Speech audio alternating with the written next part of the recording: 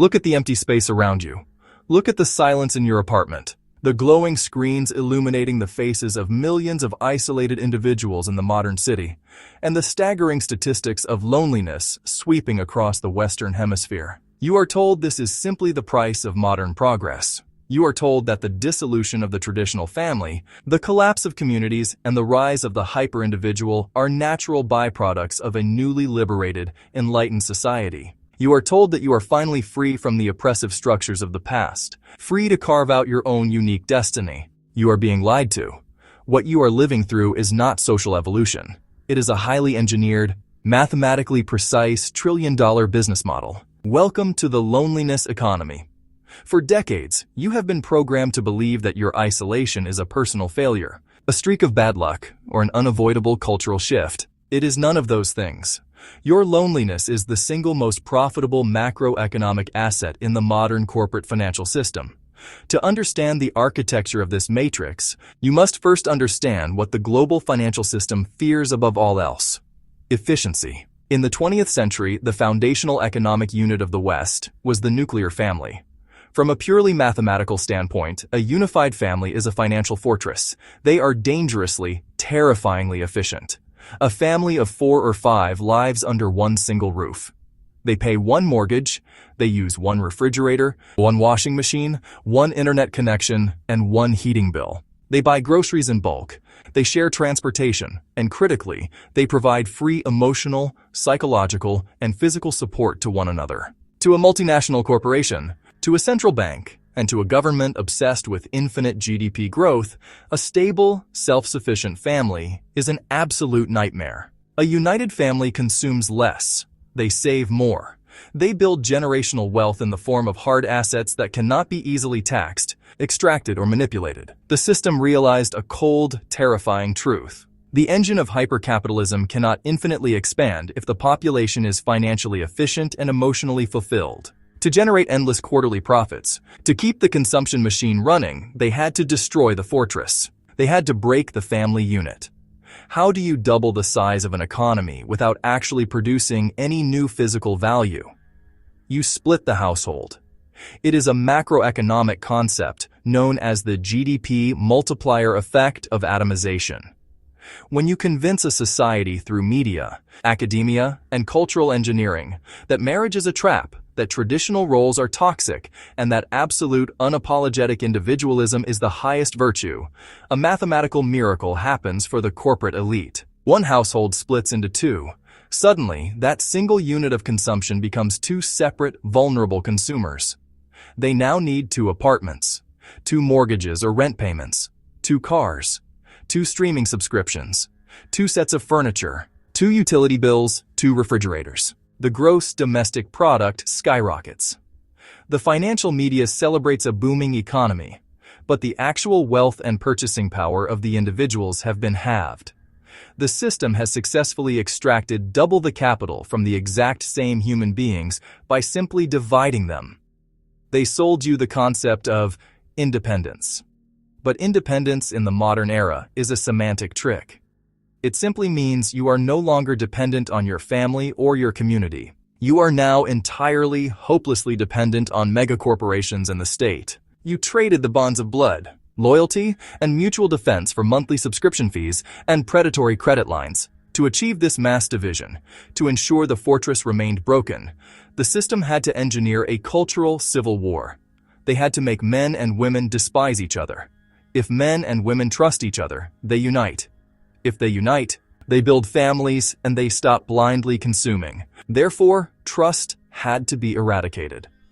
Through the algorithms of social media and the endless output of corporate entertainment, they manufactured an artificial gender war. Women are programmed with the illusion of the hyper-consumer boss babe, the idea that true empowerment comes not from building a legacy with a loyal partner, but from climbing a corporate ladder, purchasing luxury brands, and remaining perpetually unattached and uncompromising. They are sold the biological lie that they have unlimited time, and that a career at a multinational conglomerate will love them back when they are old. Simultaneously, men are fed the red pill, or Sigma male illusion, the algorithmic narrative that all women are opportunistic financial liabilities, that the legal system is waiting to strip them of their assets, and that true masculinity is found in isolation, digital escapism, and hedonistic self-interest. The result is catastrophic and highly profitable. A generation of men and women who look at each other not as partners in survival, not as teammates against a hostile world, but as enemies. And when you strip away love, family, and deep human connection, what is left? A massive, gaping psychological void. A physiological panic. And the corporate state is waiting right there to sell you the cure. A lonely, depressed, atomized individual is the ultimate consumer. When you have no family to go home to, no community to ground you, you attempt to fill the void with retail therapy. You buy clothes you don't need to impress strangers on algorithmic platforms you don't control. You numb the isolation with endless food delivery apps, pornography, streaming services, and video games. To guarantee that this division remains permanent, the system had to hijack the very mechanism of human reproduction and pair bonding. Enter the swipe casino. You know them as dating apps. You are told they are sophisticated tools to help you find love in a busy, modern world. This is a statistical and fiduciary lie. Look at the business models of Match Group, Bumble, and the conglomerates that own the digital dating space. If their algorithms actually worked, if they successfully paired you with a lifelong partner, they would permanently lose 2 paying customers. Their fiduciary duty to their shareholders is not to find you a spouse. It is to keep you single, swiping, and paying premium subscription fees for as long as biologically possible. They have gamified human intimacy. By introducing the paradox of infinite choice, they have systematically destroyed your neurological ability to pair bond. Every swipe triggers a microscopic hit of dopamine, conditioning your brain to view human beings as disposable commodities in an endless digital catalog. When a relationship requires effort, when friction occurs, as it always does in reality, you do not fix it. You discard the person and return to the algorithm.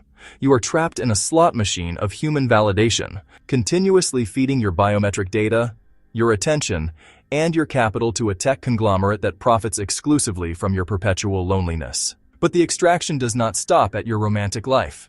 The system recognized that to maintain absolute isolation, they had to destroy the physical spaces where humans used to connect for free. Sociologists call it the third place. The cafes, the public parks, the community centers, the local pubs where people gathered outside of home and work. Look at your city today. The third place has been systematically eradicated or hyper-monetized. You can no longer exist in a public space without spending money. Everything is a transaction. By eliminating physical communities, they have herded you into the digital enclosure. Because you cannot afford to socialize in the real world, you are pushed into the metaverse, into Discord servers, into the endless scroll of social media. Here, your every interaction is monitored, your data is harvested, and your attention is sold to advertisers. You are no longer participating in a community. You are performing unpaid labor for tech monopolies, generating data points for their predictive algorithms. And when the psychological weight of this multidimensional isolation becomes too heavy to bear, when your biology screams out in distress, the pharmaceutical industry steps in. They do not offer a cure. They offer a management system. They prescribe a lifetime subscription of SSRIs, anti-anxiety medications, and antidepressants to numb the pain of a lifestyle that goes entirely against millions of years of human evolution. Your depression is not merely a chemical imbalance. It is a logical, physiological response to an artificial, corporate-designed cage. And this psychological cage dictates your physical reality. Look closely at the housing market. It is not just about inflation. It is about architectural social engineering. When you are perpetually single, when you have no family and no local community, what kind of housing do you require? You do not need a 4-bedroom home with a yard. You accept a box. Multi-trillion-dollar asset management firms like BlackRock, Vanguard, and State Street are not just buying up existing single-family homes. They are funding the mass construction of micro-apartments and build-to-rent mega-complexes. By pricing the middle class out of home ownership, they are ensuring that the formation of new families becomes mathematically impossible for the average citizen. You cannot raise 3 children in a hyper-expensive 400-square-foot corporate-owned studio apartment. They are redesigning Western cities to be transit hubs for isolated worker drones. The 15-minute city concept is sold to you as an environmental utopia, a convenience. In reality, it is the ultimate containment zone for the perpetual renter. No car, no land, no family.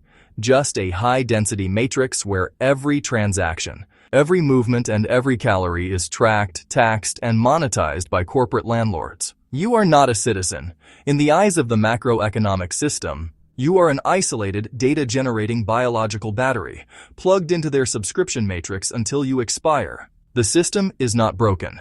The economy is not failing. It is functioning exactly as it was designed. They have successfully monetized your isolation, weaponized your biological desires, and turned your profound loneliness into their quarterly dividends. So, how do you defeat a trillion-dollar machine designed to keep you lonely, broke, and dependent? You do the one thing they fear most. You rebuild the fortress. The ultimate act of rebellion in the 21st century is not holding a protest sign in the street. It is not arguing with digital phantoms in the echo chambers of social media. The ultimate act of rebellion is forming a deep, unbreakable human bond. It is finding a partner who sees through the illusion of the gender wars. It is combining your incomes, merging your resources, and actively refusing to participate in the hyper-consumption trap. It is building a family unit that operates as a sovereign, self-sufficient financial enterprise. When you build a strong family, when you forge a real, physical community, you cut your reliance on the corporate state in half. You stop buying their digital dopamine. You stop consuming their pharmaceutical numbing agents.